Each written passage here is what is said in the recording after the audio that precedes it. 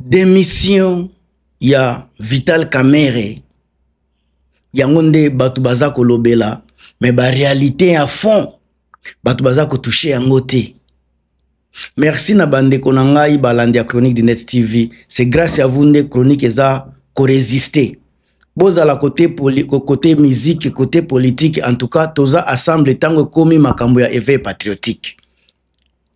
Bo partager, bo commenter ceux qui bozane lo akobakisa, mais en tout cas makambo ya Vital Kamerhe eza plus approfondi que otoza komona kaka likolo. Na lingina pesa point de vue na ngai na ebi ke kosala moi genre sur certaines personnes, mais en tout cas eza panel esika il faut na loba vérité selon ndenge naza komonela à partir ya ba moi connaissance mike ya politique naza koyekola. Alors bandeko na lingina tuna na batu ya union sacrée bao baza prêt pour na Kamerhe alongwa. Qui peut faire mieux que Kamerhe na kati ya coalition ya union sacrée? Qui peut faire mieux? Wana nde question nanu ya liboso naza komituna. Na kati ya batu nyonso baza kuna naza kotala mutu lokola par exemple Jean-Michel Sama Lukonde qui est ex-premier ministre. Côté na ye nazomona jeunesse, naza komona technocratie, naza komona image moko ya neutralité, a dirigé déjà un gouvernement avec un certain équilibre selon ndenge balobaka. Mais ce qui totali Sama Lukonde aza limité sur certains points. Aza na manque ya base solide électorale, aza na base solidité, aza ko dépendre mingi na soutien ya Tshisekedi. Alors akoki ko se rassurer penza ba partenaires internationaux te, mais et puis azana point difficile à rivaliser avec ba anarchie ba mutuloko la Kamerhe par exemple akoki jamais ko rivaliser ye à moins que azala na soutien ya Tshisekedi.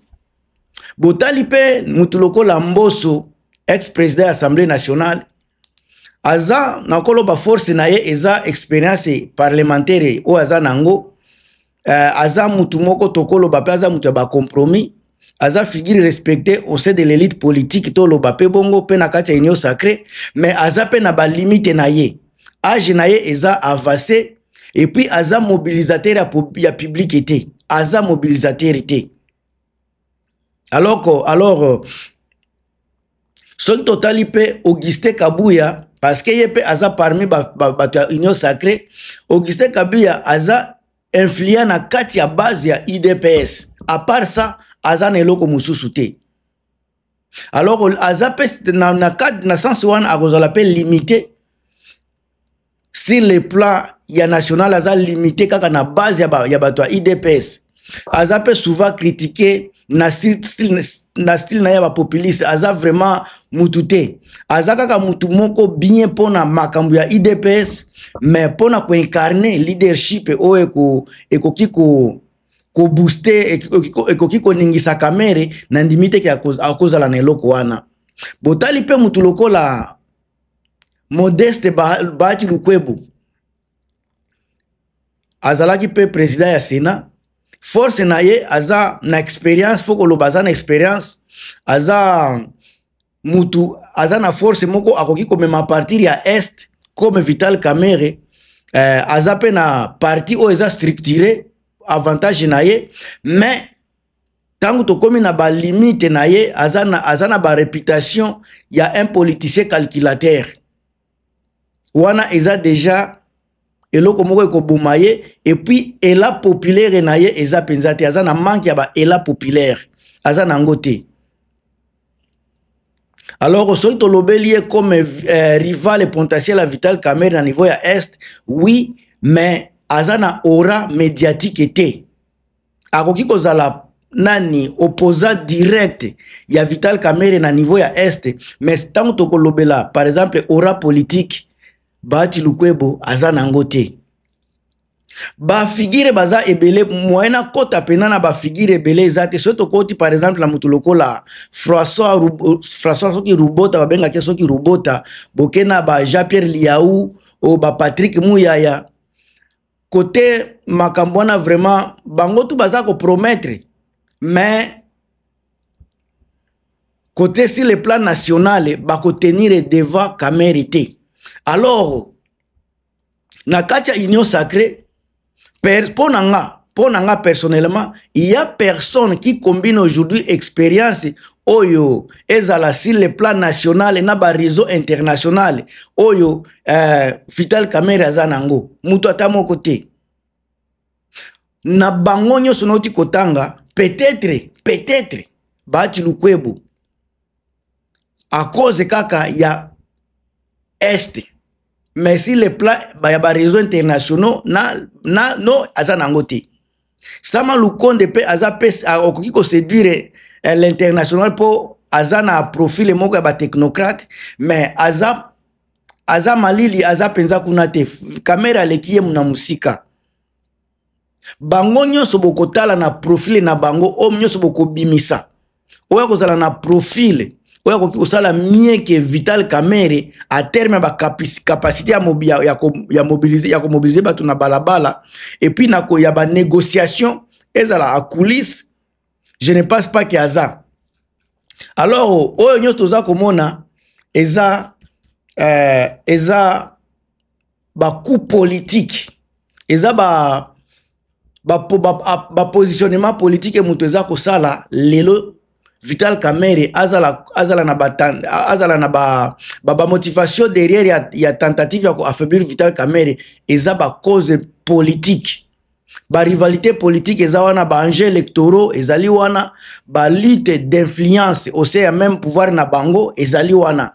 Donc tangu baza ko menacer Vital Kamerhe ce n'est pas parce que ubi aza faible mingi eza pona ba enjeux politique et puis enjeux électoraux eza wana yango mutu eza kosala yango. Alors lutte ya succession eza parmi ba éléments lutte ya succession eza parmi ba éléments fondés pona ko discréditer Vital Kamerhe.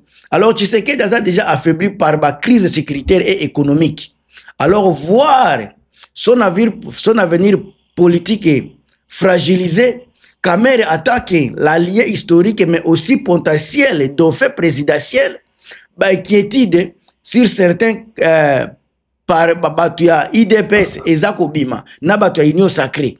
Alors yango boza komona ezako créer ba conflit entre Tshisekedi na batuya union sacrée. Alors Tshisekedi tang boza koyoka batu bazoloba a sacrifier Vital Kamerhe aye mutu aza sima makambo wana, c'est parce que azako linga mutu ya makasi azala aux alentours ya nayete azala kaka ye moko tangu bakotala mutu oya koki ko affronter ba élection prochaine.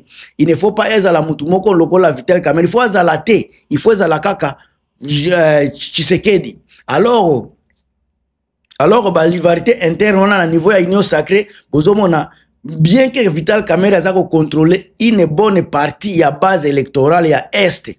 Ezala ya est na tang nazolo ba est za nord Kivu Sud Kivu ba Uvira ba Katanga pe mboki na ba province orientale wana nyos za. Alors essentiellement pour ba élection nationale. Alors ba baron ebele ba baron ya IDPS ndozo mona batu lokola ba nani oyo ba nani kombone nani ba oyo nani nautiko nani Kabuya Bogiste Kabuya ba Sama Lukonde bango tout. Alors bazako linga ba centraliser pouvoir nyonso autour ya Tshisekedi na clan na ye. Na yebite soki ezape famille ezana kati po ba injecter Tshisekedi nani Vital Kamerhe po bangonde bazala wana okomona boye peta musu Jacques Tshisekedi mutu akoya kozala neti dauphin ou bien mwana ya nani nani mwana ya nani ya Tshisekedi ye moko. Alors bozomona bazolinga ba écarter Vital Kamerhe parce que aza pio moko dérangeant et puis aza makasi. Son influence au parlement et dans les négociations régionales le rend difficile à écarter, ce qui alimente la volonté de ses adversaires à l'affaiblir. Moye ba longola ye ezate yango bozomona batu tu bazosala ba affaiblir ye. Bobo tu nangananu nini nde asali po bakoma na niveau wana.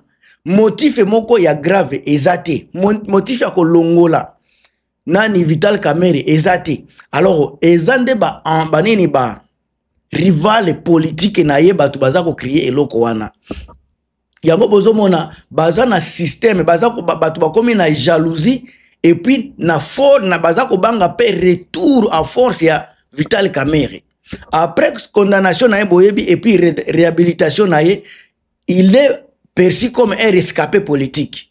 Alors beaucoup pensaient qu'il était fini, mais baza komona ndenge aza ko rebondir. Yende azokendeke na ba poto, yende batinda ka ba place belé pona ba négociation. Parce que Tshisekedi yemoko ayebi na entourage na ye wana mutu ya malonga azate. Ayebi yango bien. Alors baza kobanga, soki Vital Kamerhe akomi président, na ndenge baza komona rival na kati, est-ce qu'il a menacer bango te?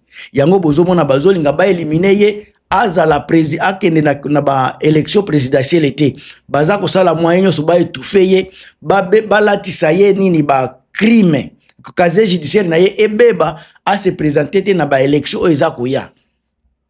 Alors tous appels na ba enjeu financier et économique makambo ba carrière minière ba réseau nini ba carrière minière yango pe eza ko jouer sur eloko wana parce que eza na ba baza ko contrôler ba carrière minière na ba baza na posa bangonde ba zuwa ba makambo wana alors makambo yo eza na dimension ebele alors et puis soki ba injecter ye Batu ebele bakomi kobanga alliance ya Vital Kamerhe na opposition. Ba rumeur eza ko circuler déjà pour une possible ouverture ya Vital Kamerhe vers Katumbi, vers Fayulu, voire certains groupes de l'Est. Cela eloko wana eko inquiété terriblement Kinshasa soki makambo wana esalemi. Et puis eko boyebi ndenge balobaka faiseur de président, faiseur de roi et risquer ko créer eloko moko boye na 2028 oyo batu ya UDPS bako digérer te. D'où la stratégie actuelle de neutraliser Vital Kamerhe avant qu'il ne bâtisse un peu solide vers l'opposition. Alors bandeko ba vérité yango wana. Ceux qui veulent injecter Vital Kamerhe craignent sa popularité.